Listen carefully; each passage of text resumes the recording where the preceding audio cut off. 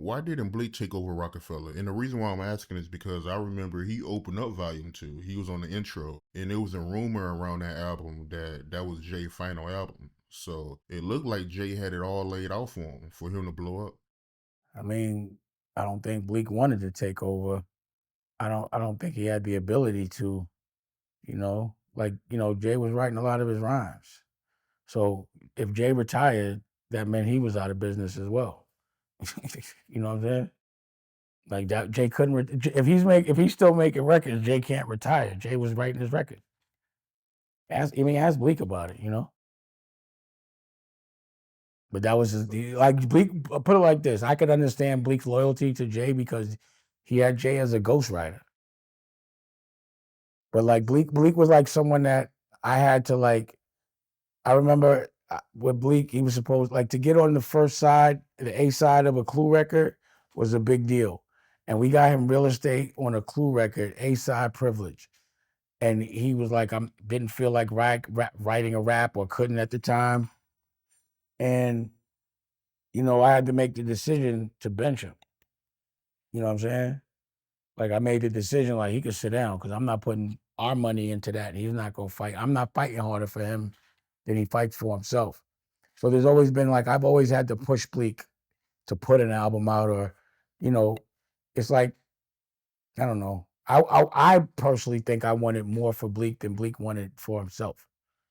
Like I would argue with him about, yo, do your own show and do your own. That was our argument. This is what we was always arguing about. It's like stop depending on this dude to do everything for you. You got to do it on your own. Like you don't want to be 40 years old just doing interviews talking about him all day as a business model and you're still working like you still got to move when he say so. That's not what I would consider my the perfect life that I would want to work toward. And he had the like I took Bleak to Europe with me. You know what I'm saying? Like so he could. I always wanted Bleak to do well. I consider him a little brother. I love him to death. Pause. I love him all. I ain't got no problems with Bleak. But back then, I wish that he wanted it. I don't think he wanted. He definitely didn't want to take over Roc-A-Fella. That's not what he wanted. It's too much responsibility. So you was trying to help him be more independent. You wasn't trying to get him away from Jay.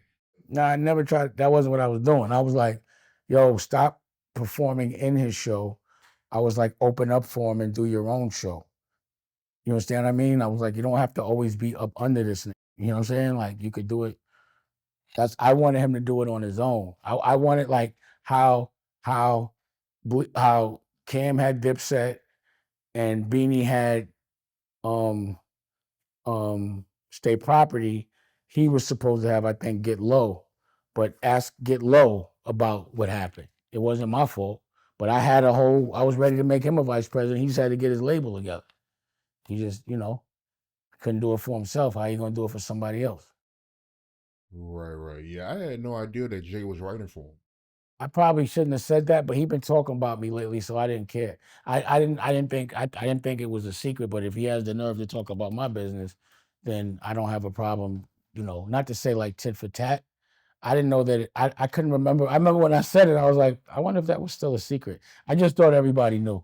But I felt like he was so comfortable saying that he must know everybody must know, because he was saying certain things like I had no motion or something. I couldn't believe he did that. He says things sometimes that bug me out. But again, you know, it's like I could tell when somebody's telling him to say stuff because I know Bleak. But this is also somebody that I saved. Like he was getting robbed by his own people. They had his publishing. They had his um. Damn, they had his publishing. It's the watch. Okay, they had his publishing, and I'm the one that wouldn't sign him until his. I got him accountants. I got him lawyers. Like I think I did more than anybody for Bleak as far as making sure he got treated correctly. Like he was down to get treated any way they wanted to treat him. He wasn't fighting to protect his publishing and the things he was doing. I guess he wasn't writing anyway. But I was the one that was like, I'm not even going to sign you until you have all your shit together. And you could revert back to hearing him say that because it's all I did that for all my artists. I made sure all their shit was right, or all the artists I work with. Whatever happened to Amil? It's like she disappeared out of nowhere, man. She did. You know, after we dropped her, she didn't do anything else. That's how you could tell, and no disrespect to Emil, but that means that if you can't make it without me at all, that it was all gonna be, you know what I mean? Like I wish she would have appreciated that moment a little better because she didn't realize the work it was gonna take for me to and us to get her where she had to go. I feel like Jay had Beyonce in her first video. He the writer directed her first video. Like she had enough to go. It was on her. She was in the steering wheel. You know what I mean? It's like if you have to ask what happened to that person, you have to ask that person what happened to that person because it's their fault. It can never be nobody else's fault. Like you niggas is against me and fucking with me all day, but you still know what I'm doing. You still see me out here being, you know, with motion and doing different things, different verticals. It's just independent. And a lot of sucker dumb just be like wondering, like every dollar they be looking at my pockets and shit. Like who the wants other dudes looking at their pockets all day? That's like a nightmare. Why y'all release her? Because she wasn't doing what I was asking her to do. And I'm like, Jay, this is you. You said you're doing all this. I'm not doing this. And he didn't do it. So we had to drop her. Like he made a commitment to executive produce and see her through. And he decided not to, you know, do that. And it was like, I'm not taking care of your child. You know what I'm saying? Like it's your child. You know what I mean? Like you decide to do it this way, then you got to handle that. But you can't leave her with me because we gonna be arguing all day.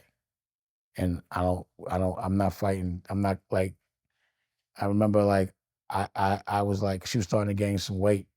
And I was like, yo, you got to go work out. And she was like, I got to get her a car to take her, pay for her. But I'm like, I have to do these things for you to go take care of yourself. Like, why? Like, I'm not even gonna get no money off this shit. And I was done. But she was great. You know, I ain't mad at her. I'm getting no beef with her. I would have loved to have seen her go and hit her, realize her potential without us. Nobody ever stopped her.